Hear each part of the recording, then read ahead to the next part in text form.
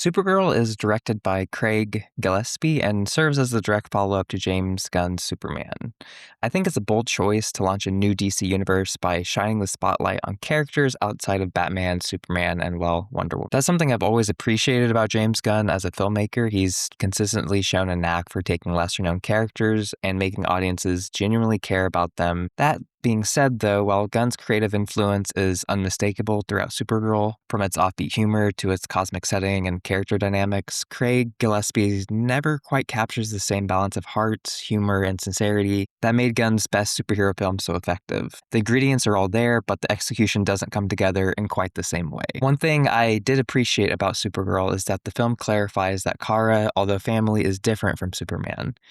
She's more rough around the edges, so to speak. She's more impulsive and more willing to cross lines that the character Superman wouldn't. Kara spends much of the film trapped in a state of grief, still unable to come to terms with the loss of Krypton or fully embrace Earth as her home. Rather than confronting that pain, she escapes it. She travels to worlds orbiting red suns that suppress her Kryptonian abilities, allowing her to experience things she otherwise couldn't, such as getting drunk, feeling the sting of a punch, and perhaps most importantly, feeling something at all. She's emotionally adrift, searching for anything that can momentarily drown out the weight she's been carrying, and by the end of the film, Kara remains a character I genuinely like to see more of. Not just another solo outing, but alongside the wider cast of DC heroes. More than anyone, though, I'd love to see her share the screen more with Superman. Their brief interactions are some of the film's most heartfelt moments, and they hint at a dynamic that deserves far more exploration in future installments, especially given the lines that Kara will cross, but Superman won't. And by now, you've probably heard through word of mouth that Supergirl isn't considered a great superhero film. And while I don't think it's among the greatest or the best, I also don't think it's anywhere near the disaster that some have made it out to be.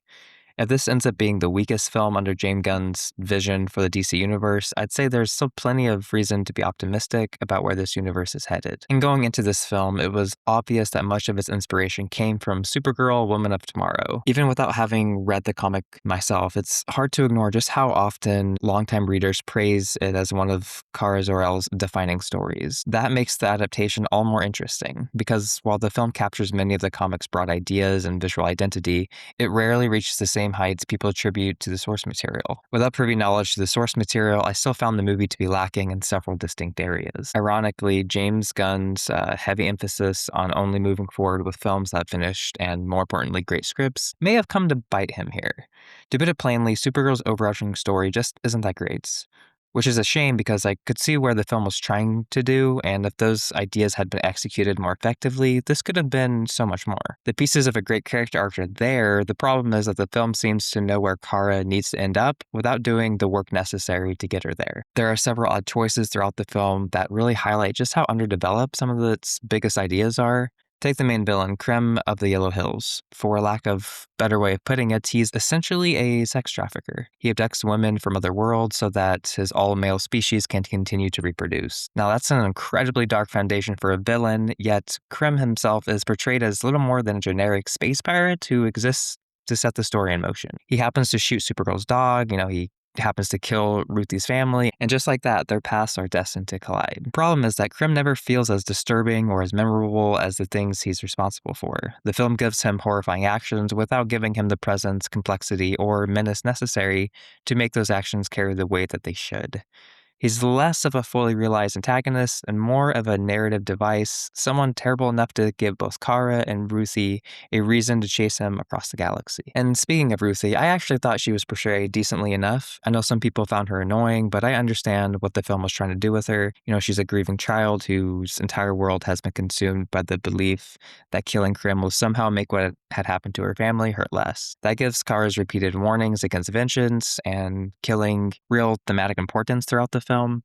The problem is that the film doesn't fully reconcile those lessons with Kara's own actions. Without getting into spoilers, there comes a point where the moral line Kara has spent much of the film drawing for Ruthie becomes far less clear when Kara herself is forced to confront it. But rather than exploring that contradiction in a meaningful way, the film leaves it sitting there, making its message about vengeance feel less complex and more inconsistent. And that's ultimately where Ruthie's growth loses some of its impact for me. The film wants her to understand that vengeance won't heal her, but it struggles to make that lesson feel entirely convincing when the person teaching it doesn't always live by those same rules. The introduction of Lobo was alright, but it certainly wasn't memorable for me, mostly because his presence never feels like a natural part of this particular story. Like many of the characters in the film, he simply isn't given much to do, nor do we learn much about who he is. If I remember correctly, his name is only mentioned in a bar fight scene, and Supergirl already seems to know who he is. I don't necessarily have a problem with Kara being familiar with Lobo. It's a large, interconnected universe, and not every character needs an elaborate introduction, but the film never gives us more context for her familiarity with him. I'm still not entirely sure what the purpose was of introducing him in this film. He doesn't significantly deepen Kara's character, strengthen the film's themes, or leave much of an impact on the larger story. There's a difference between introducing a character and simply putting a recognizable character on screen, and for me, Supergirl does more of the latter with Lobo. The film seems to assume that his presence alone is enough, but if you aren't already familiar with the character, I'm not sure this movie gives you much reason to understand why you should be excited to see him in this film or in future installments. Perhaps somewhat controversially, while the color grading in Supergirl isn't particularly vibrant or colorful, I didn't seem to mind it as much as others did. In fact, I thought the film's muted appearance matched Cora's emotional state throughout much of the story. Kara spends much of the film dulling herself just to feel something. She travels to worlds where her powers are weakened, drinks because she otherwise can't feel the effects of alcohol, and throws herself into situations where she can actually experience pain. In that sense, I thought the film's lack of vibrancy felt intentional. Kara's world looks emotionally drained because in many ways, so is she. Now, whether everyone will find that visually appealing is another question entirely.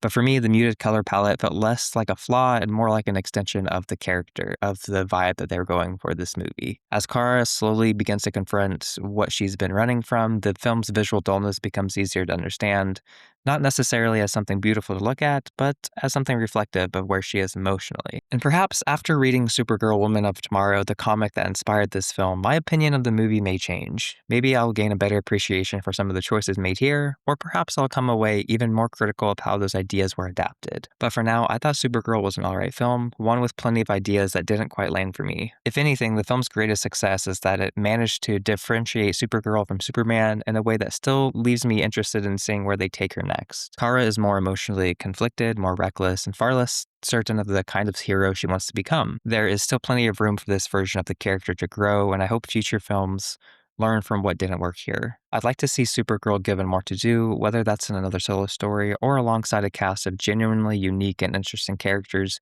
who deepen our understanding of her rather than simply orbit around her. And perhaps most of all, I'd like to see more of her relationship with Superman. The differences between them are interesting, but so is the family connection they share. I like the DC universe, and that's ultimately why I'm so optimistic. There are so many characters, worlds, and stories worth exploring within it. Supergirl may not have been one of my favorites, but Kara herself is still someone I'd like to follow into whatever comes next. As always, thanks for watching. Let me know what you liked or disliked about Supergirl in the comments below, and let me know what other films you'd like me to talk about next. Until next time, this has been Film Sense with Brian, and I'll catch you around on the next video.